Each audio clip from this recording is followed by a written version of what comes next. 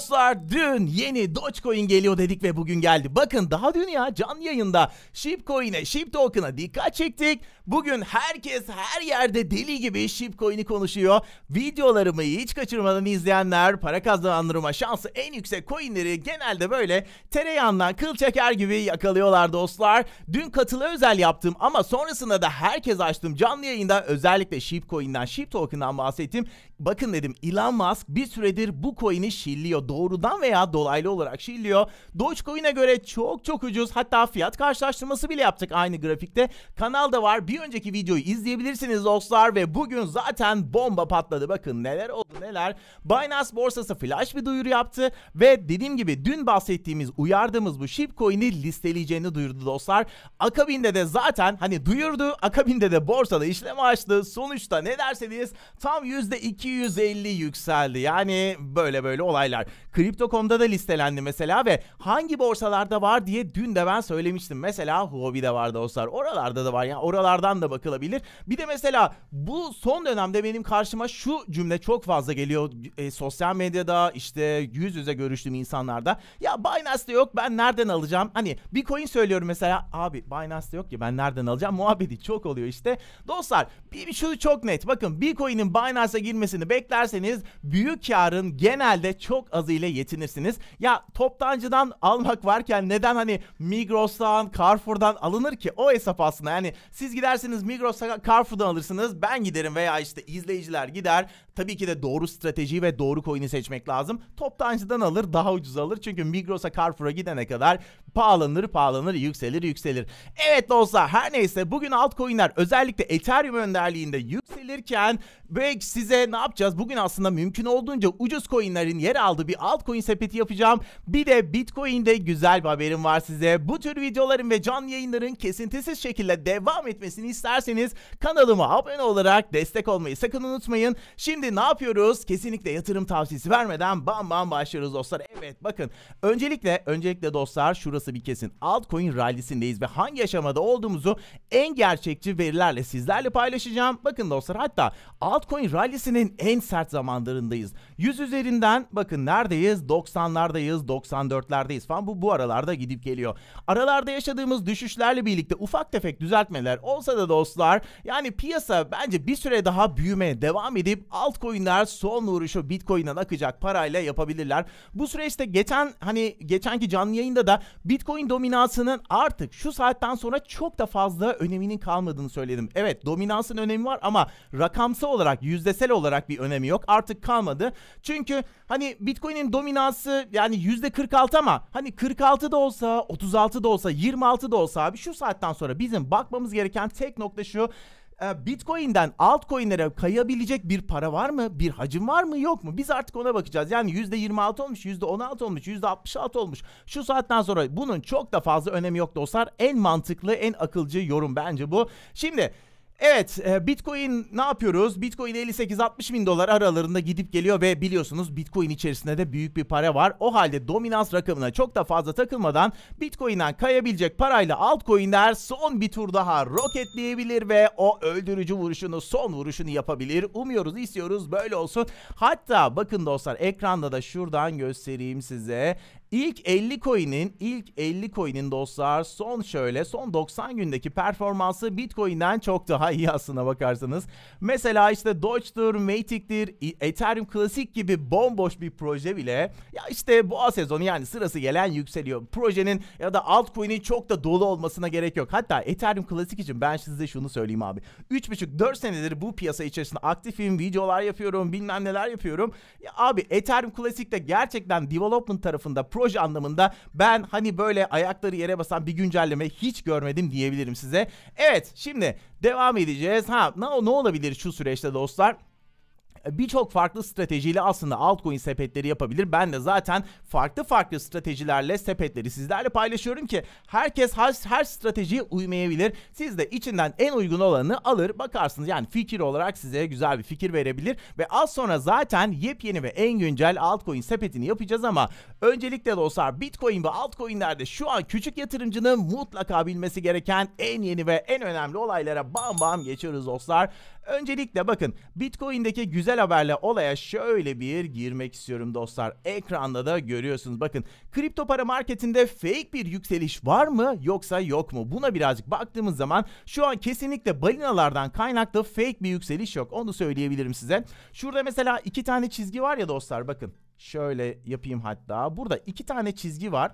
Şöyle hatta kameranın yukarısına alabiliyor muyum onu? Evet, şöyle alabiliyorum. Bu 2 çizginin içerisinde kalırsa 85'te 90 puandır burası. Burası aslında balinalardan kaynaklı fake bir yükselişin olduğunu ifade eder bize. Şu çizgiye bakma. Şu Bitcoin'in fiyatı zaten. Ona takılmıyoruz. Biz şu alttaki mavi olana bakıyoruz dostlar. Bu bölge. Bu eğer şu bölgeye gelseydi, yani bu mavi biraz daha yukarılarda olsaydı, orada diyebilirdik ki bakın derdik, balinalardan kaynaklı fake bir yükseliş var.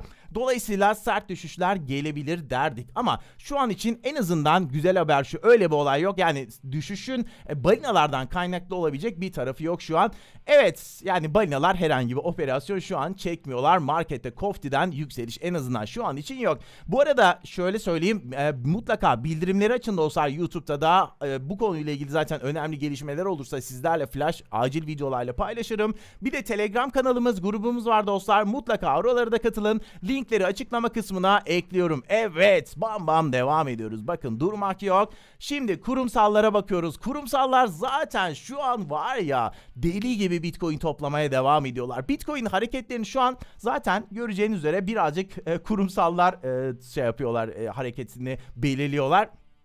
Dolayısıyla yani şöyle bir olay da var. Bitcoin üzerindeki teorideki etkileri, yani kağıt üstündeki etkileri %1 bile olsa kurumsalların psikolojik etkilerini olaya kattığımız zaman, hesaba kattığımız zaman gerçekten marketteki Bitcoin üzerindeki etkileri %60, %70'lere kadar çıkabilir. Nasıl olur derseniz abi, düşünseniz abi, mesela MicroStrategy'nin CEO'su Michael Saylor elimizdeki 95.000 Bitcoin'i satıyoruz diye bir tweet atsa ne olur abi? Ne olur? Aslında hiç demeden direkt bunu gidip satsa, tamam mı? Markette belki hiçbir şey olmaz. Hiç kimse belki marketteki bu satışı bile anlamaz ama ne olur, satacağız demesi panik havası yaratır. Herkes böyle hemen satıp ben işte daha alttan almalıyım, Bitcoin düşecek, ben hemen alttan almalıyım diye böyle bir olaya girer. Sonrası da malum. Ama şu an için bence öyle bir olay yok. Sadece birazcık böyle bir sizlere farklı bakış açılarını da sunmaya çalışıyorum.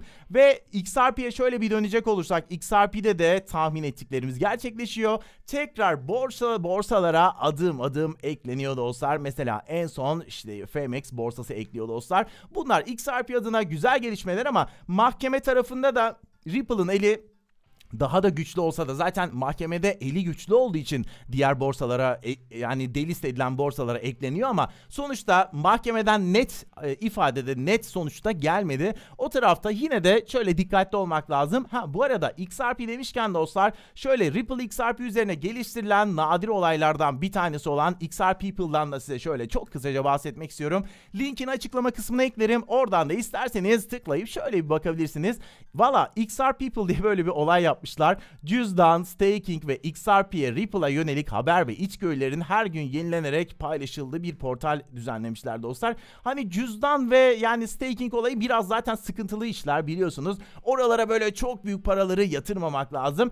Bunları zaten herkes standart olarak bilecek dostlar ama Ripple'a, XRP'ye yönelik böyle özel bilgi akışı almak isteyenler aşağıdaki linkten isterlerse bakabilirler. Hatta ne var? İşte sign up olayları var. Buradan sign up olunabiliyor. Buradan işte kayıt olabiliyorsunuz gibi. İşte baktığımız zaman işte biz number one Ripple community diyoruz. Yani Ripple'daki dünyanın bir numaralı topluluğuyuz gibi zaten burada kendilerini tanımlamışlar. Ama bakalım neler olacak, böyle paylaşmak istedim. Böyle bir XRP üzerine bir hap yaratmaya çalışıyorlar. Bakalım ne kadar başarılı olacaklar. Evet. Şimdi devam edelim. Sık sorulan sorular bölümü de var bu arada. Oradan da isterseniz detaylarına bakabilirsiniz. Ama dediğim gibi staking ve cüzdan olayı birazcık uzak durulması gereken noktalar olabilir. Evet ya, hani illa deneyecekseniz de çok küçük rakamlarla, çok böyle kaybetseniz bile üzülmeyeceğiniz rakamlarla yapmak lazım eğer yapacaksak. Şimdi ne yapıyoruz dostlar? Evet, o güzel ana geçiyoruz ve altcoin sepetine bam bam dalıyoruz. Evet, şöyle ekran açıyorum. Bakın, birincide ben altcoin sepetine 1'e Shibcoin'i, Shiba Coin'i, Shiba Token artık ne dersek diyelim, onu banko tekrar yazıyorum. Çünkü Evet, Shipcoin'in Dogecoin'e göre tek kötü tarafı şuradaki supply miktarı abi. 1 katrilyon, yanlış okumadıysam artık sıfırları da seçemiyorum yani burada. 1 katrilyonluk bir supply'ı var. Yani arz miktarı var. Çok fazla. Ya bu çok kesinlikle iyi bir şey değil ama sadece buna bakarak işlem yapılmaması gerektiğini dünkü Shipcoin videom sonrası gelen %250'lik yükselişle zaten görmüşsünüzdür. Canlı teori görmüşsünüzdür dostlar. Shipcoin'de yine 1 katrilyon arz var ama Dogecoin'de dostlar şurada mıydı? Dogecoin'de bakın 129 milyarlık bir arz var. Yani kabaca yuvarlayacak olursak Shipcoin'e göre 9-10 kat daha, yani Shipcoin'in Dogecoin'e göre 9-10 kat daha fazla bir arzı var. Yine de Shipcoin'in şöyle ince bir detayı var dostlar. Aman sakın ola kaçırmayın. Bakın ekrana çok dikkatli bakın. Şöyle bir şey göstereceğim. Dogecoin'deyiz. Bakın kaç tane borsada var? Şu an Dogecoin. Ekranda Dogecoin açık. Kaç tane borsada var? Oho! Yani değil mi? Baya akıyor gidiyor. Lot more desek çıkar mı şuradan? Show more diyelim abi. Akıyor abi akıyor. Dogecoin kaç tane borsada var? Bitmiyor. Niye bitmiyor abi? Çünkü burada borsalar hacim görüyorlar, para görüyorlar, popülarite görüyorlar. Öyle olunca da işte projedir, şudur budur çok da böyle dikkat etme. Yani çok da hani önceliği almadan ekliyorlar. Çünkü market onu istiyor. Market Dogecoin'i alıp satmak istiyor. Dolayısıyla birçok borsa ekliyor. Ama Shipcoin'e geldiğimiz zaman orada ne var? Açıyorum tekrar şöyle Shipcoin'i. Bir dakika. Shipcoin'de ne var dostlar? Bak. Kaç tane borsada var? Hiç yani. Hadi buraya Binance eklendi. İşte Crypto.com eklendi. Bir de FTX eklenecek dostlar. FTX borsasında da listeleniyor. Flash bir haber var. Yani ne kadar az görüyorsunuz değil mi? Tabii ki de ben buradan işte Shipcoin çok yükselecek, hemen alın işte falan gibi bir şey. Kesinlikle öyle bir şey söylemiyorum. Ama yani eğer Dogecoin'in izinden gidecekse görüyorsunuz yani alacağı baya bir yol var. Umuyoruz, istiyoruz öyle olur ve market güzel kazanır. Ama tabii ki de dikkatli olmak lazım. Riskleri kontrol etmek gerekiyor dostlar. Yani şunu söylemek istiyorum. Şu boğa sezonunda her borsa hacim istediği için hacim yarın buradaki birçok borsada Shipcoin'i eklerse, yani hacim için birçok borsada Shipcoin'i eklerse gerçekten şaşırmamak lazım. Ya burada bunları yani ben ne yaparım? Uzun vadeli bir diğer sepetime Shipcoin'i ekleyebilirim. Ancak bugün işte Binance'a girmesiyle evet %250 yükseldi. Birkaç gün belki iyi bir fiyatı da kovalayabilirim dostlar. Gerçi dediğim gibi FTX borsasına da eklenecek. Ve geçiyorum ikinci coin'e. Evet, ikinci coin geliyor. Evet, show must go on. İkinci coin dostlar Sushi olabilir. Bunun bir nedeni de diğer coin'lere göre son 30 günlük performansında çok aşırı bir yükseliş yok. Bakın ekranda görüyorsunuz. Yani %3000'ler, %2000'ler falan varken son 30 günde tamam son 14 günde %40 yapmış ama son 30 güne baktığımız zaman %6'lık bir hareket yapmış dostlar.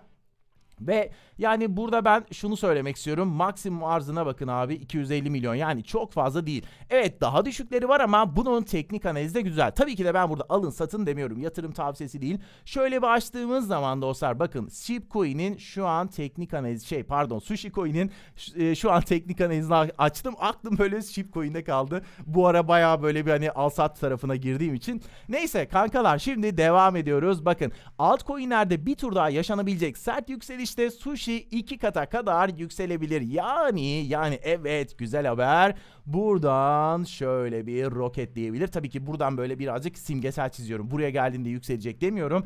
Ama her şey beklenildiği gibi giderse yolu açık olabilir. Onu söylemeye çalışıyorum dostlar. Bunu ben bu arada Cardano'ya çok benzetiyorum. Bakın ekranda şöyle göstereyim. Burası Cardano. Cardano'da hatırlarsanız market Cardano'nun fiyatı 1.10 dolarlardayken bana birçok soru geliyordu. İşte Eren, Cardano niye yükselmiyor? Diyorum ki abi sabredin, bakın. Market düzgün olsun, market göçmesin. Cardano tekrar soluklandığı yerden devam etme ihtimali çok kuvvetli diyordum. Geldik zaten aynısını yaşıyoruz şu an. 1.75 hatta 1.80'lere geldi. Burada ben market Cardano'nun fiyatı 1.10 iken biz burada yapıştırdık 1.88 1.90 hedefini. İşte o hedefte bam güm geliyor zaten, ekranda görüyorsunuz.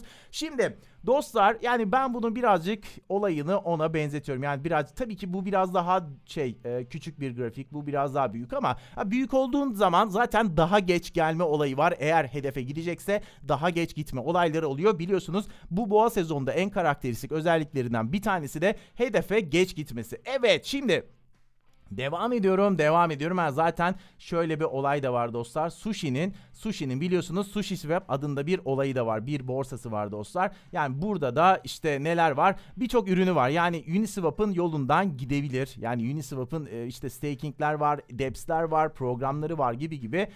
Yani Uniswap'ın yolundan gitme ihtimali olabilir. Bakalım neler olacak. Tabii ki de ben bir tavsiye olarak söylemiyorum ve geçiyorum 3. coin'e. 3. coin'imiz DEO Maker kankalar. Bakın bunun da toplam arzı 306 milyon. Yani oldukça düşük diyebiliriz. Birçok borsada var ama henüz böyle Binance gibi bir borsada yok. DEO Maker Ethereum üzerinde çalışan bir token ve attığı son tweette de bakın şakayla karışık adamlar şey diyor. Yani bu gas fiyatları, yani Ethereum içerisindeki bu fiyat şey var ya, gönderim ücreti, bu beni öldürüyor artık diyor. Ya şakayla karışık diyor muhtemelen bunu. Dolayısıyla her neyse, şöyle bir olay da var bakın DEO Maker'da. DEO Maker'ın SHO dediği, yani Strongholder Offering diye bir platform var. Bir farklı bir ön satış politikası var dostlar. Buna göre de artık ne yapmak gerekiyor? Yani buna göre de artık buradan da yeni platformlar, yeni projeler ortaya çıkıyor, görüyorsunuz. Dolayısıyla bakalım, umarız, istiyoruz burada da bir fiyatlanmalar olsun ki bu SHO dediğimiz ön satış turunda en az 500 tane DEO token tutmak gerekiyor ön satışlara katılmak için gibi. Yani DEO Maker zaten görüyorsunuz şuradan bir süredir sessiz, fiyat olarak sessiz. Şuradan açayım, görüyorsun. Çok aşırı sert düşmesi de sıkıntıdır bu arada. Yani böyle çok aşırı sert düştüğü zaman şuna bakmak lazım. Projede bir sıkıntı var. Yani ne bileyim, bir sıkıntı mı var? Bir şey mi oluyor? Ne oluyor? Ne bitiyor? Ona bakmak lazım. Ama yani teknik analizine baktığımız zaman DEO Maker'da zaten neler olmuş dostlar. Yani çok geçmişi olan bir coin değil, onu söyleyeyim size, ama orta vadeli olarak bir bakılabilir. 1,5 dolarlardan başlayan sert yükselişinde 8 dolara kadar çıkıyor ve sonrasında haliyle birazcık dinlenmeye çekiliyor. BitTorrent gibi, HOT gibi. Şu an mesela Fibonacci desteğine tam tutunmaya çalışıyor. Hatta şuralardan tutundu, birazcık daha yükseldi. Tutunduğu nokta, destek noktası 4.48 civarları. Şu anda da zaten 5.12, bir sonraki Fibonacci direnci 5.32'de dostlar. Yani piyasadan topluca para çıkışı olmazsa ve altcoin rallisi de yoluna tam gaz devam ederse buradan güzel yükselişler gelebilir. Yani tekrar zirveye gitse abi, zaten 2x demek. Yani şu geldiği yer var ya, şurası, tekrar buraya gitse kankalar zaten 2x etmiş oluyor. Yani hatta 4, 5, 12, yani 2x'e yakın bir şey demiş oluyor. Tabii ki de burada ben kesin olacak demiyorum. Herhangi bir yatırım tavsiyesi değil zaten, ama bakalım, takip edeceğiz dostlar. Videolarımı beğendiyseniz lütfen kanalıma abone olmayı ve beğen tuşuna basarak beni desteklemeyi unutmayın. Ve dostlar, tabii ki de yayınların kesintisiz devam etmesi için verdiğiniz bu destekler var ya, çok önemli. Bugünün Shipcoin olayını dikkat ederseniz dün herkesten ya da bir piyasadan birçok şeyden önce verdiğimi düşünüyorum. Evet, görüşürüz. Hoşçakalın. Bam bam. Bye bye.